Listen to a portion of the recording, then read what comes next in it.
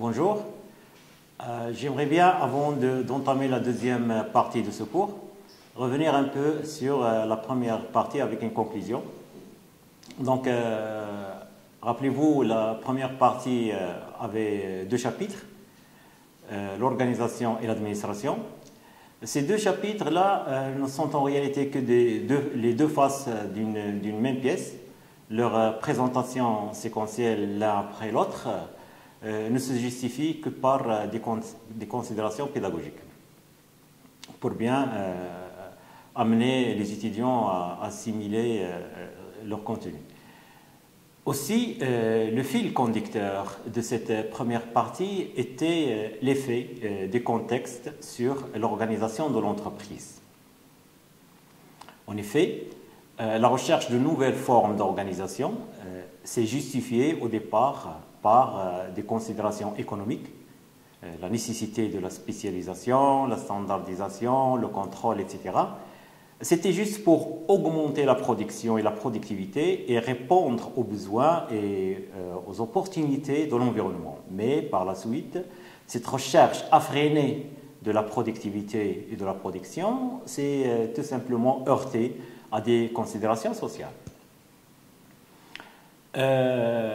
À un certain moment de l'évolution des formes d'organisation, les conditions de travail sont devenues des freins réels à l'amélioration de la productivité.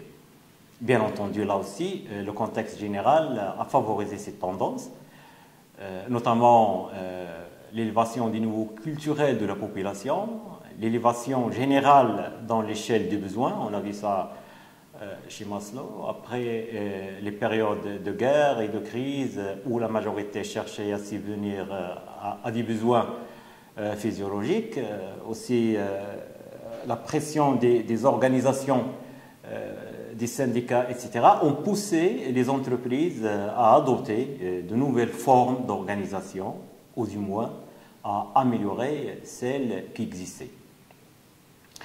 Bref, les entreprises sont devenues plus enclines, à tendance à améliorer des conditions de travail par l'enrichissement des tâches, les groupes semi-autonomes, la gestion par objectif et toute la panoplie des nouvelles méthodes de gestion qui donnent beaucoup plus d'importance aux facteurs humains qu'à la production seulement au sein des entreprises. En revanche, le vécu réel d'une organisation montre que toutes les formes d'organisation et les styles de management peuvent coexister. Au sein d'une même organisation, au sein d'une même entreprise, on peut trouver des caractéristiques d'une ou de l'autre type d'organisation, de style de management, etc. Même si, sur le plan théorique, ces tendances, ces modèles ont été présentés comme ayant suivi une évolution linéaire. Donc, c'est faux. En fin de cette conclusion, j'aimerais bien rappeler une chose très importante.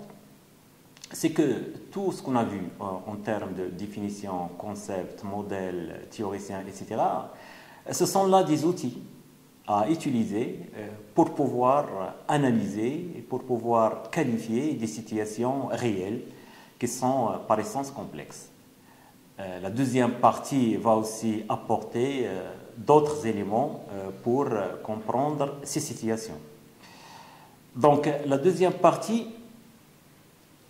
va concerner les structures et les fonctions de l'entreprise. Cette partie, elle aussi, comprend deux chapitres. Un chapitre sur les structures de l'entreprise et un deuxième chapitre sur les principales fonctions de l'entreprise. Comme introduction de cette deuxième partie, j'ai signalé à l'introduction générale que le terme organisation renferme en lui-même une double signification. D'une part, c'est une activité qui consiste à diviser le travail, à mettre en place les mécanismes de sa coordination. L'animation, le pilotage sont assurés par la direction. Ben, c'était là l'objet de la première partie avec ces deux chapitres, l'un sur l'organisation, on a vu là le taylorisme, le fordisme, Fayol, etc. Et le deuxième chapitre a porté sur la direction, notamment le style de direction de Fayol. Maintenant, nous allons nous intéresser à l'autre sens de l'organisation, c'est-à-dire le résultat de l'activité d'organiser. On va parler de la structure organisationnelle, la structure de l'entreprise, comme étant l'architecture de l'organisation, qui traduit dans la réalité les options choisies par la direction au niveau de la division du travail, au niveau des modes de coordination, l'animation, etc. Alors, il n'y a pas une seule ou bonne forme de structure d'organiser et de structurer une organisation. Le choix d'une structure organisationnelle dépend de plusieurs variables, la taille de l'entreprise ou de l'organisation en général, son domaine d'activité, ses objectifs, son style de management, etc. Le premier chapitre de cette deuxième partie sera consacré aux principales structures qui existent et les contextes auxquels ils sont plus ou moins adaptés. Enfin, une structure organisationnelle est avant tout un ensemble de fonctions et de services. Leur nombre, leur nature et leur mission dépendent elles aussi de plusieurs variables. Un deuxième chapitre sera consacré justement aux principales fonctions et leurs principales missions.